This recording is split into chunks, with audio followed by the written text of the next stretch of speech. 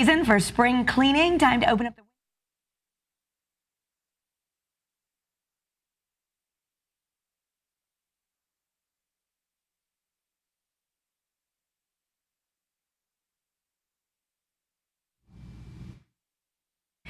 Tis the season for spring cleaning. Time to open up those windows and get organizing. Yes, but it's also a good time to spring clean your diet. Registered dietitian and better contributor Dana White is here with some great ideas on how to get started. Dana, I'm so excited because one of the products on here I use every single day, and I was like, is this going to be the don'ts and do's segment? No, this is all thumbs up. I'm like, this is awesome. All thumbs up. Okay. So yeah, and we're talking about spring cleaning. We're starting with the pantry today. Okay. Because I think that's such an important, it's like the backbone of the kitchen. Yeah. But really making sure that you have foods in there with like a nutritional purpose, right? Not all the stuff that's been hanging out there too long. Maybe the stuff that's expired, let's get rid of it. But then here are some things you really want to stock up on to really make the most of your kind of day to day. Okay. So first we're going to give prunes the love that they deserve. Dried, do you call them dried plums now? Same thing. That's like the new thing. They keep calling them dried plums instead of prunes, but they're still just prunes. They're prunes, dried plums, whatever you prefer, but they are loaded with nutrition. A single serving only has 100 calories, 3 grams of fiber, okay? And if you actually, there's good research to suggest that eating 5 to 6 of them a day helps promote digestive health and also really good for your bones. Are those pitted?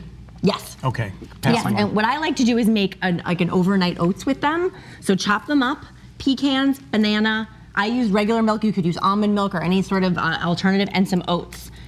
Keep it in the fridge overnight. That looks and then amazing. There's our like go-to breakfast literally out the door. That's the whole point of overnight oats, is that you don't need to cook it, right? It just soaks overnight, and then you can warm it up if you want to, but you don't have to. Exactly. I like it cold, especially as the temperature starts to warm up, and we're reducing energy on this Earth Day, right? We just keep it in the fridge, and it just gets soft, and it's delicious, absolutely delicious. And you can add cinnamon to it. You can do whatever you want. These are so good. Aren't they good? They're like candy. So like candy. I know. They're really like Why'd candy. they get such a bad rap? They're good. And they have the antioxidants in them that help promote immune health and heart. I don't think they have a bad rap. I just maybe think they're underappreciated. I think they're underappreciated. Do you know what I mean? So add that to your arsenal of dried fruits.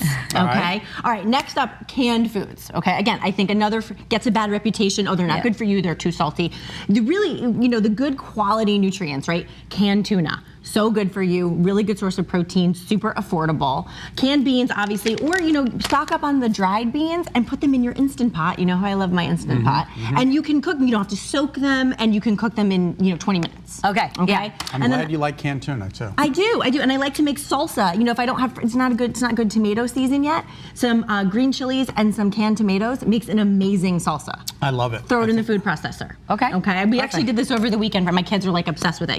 And some onions, some garlic, some cilantro in the food processor, and it's like restaurant quality salsa. Salsa. Okay. Yeah, it's amazing. Okay. This is my favorite. Next up, we have Scott's favorite. Okay, so yeah, these Premier Protein shakes, really a nice way to make a sustainable change, right? That's what we were talking about. So you stock up on these, you keep them in your pantry, pop them in the fridge. If you have that sweet tooth, right, you have to get rid of the Easter candy or the Halloween candy that's in your pantry. Great way to fight a sugar craving. There's 30 grams of protein in here. That's why you're doing. Which is 160 calories, right? And only 1 gram of sugar. 1 gram of sugar. Okay. 1 gram of sugar. So you're not, you might have that little sweet tooth, that sweet itch you're trying to scratch, and then you get it through this.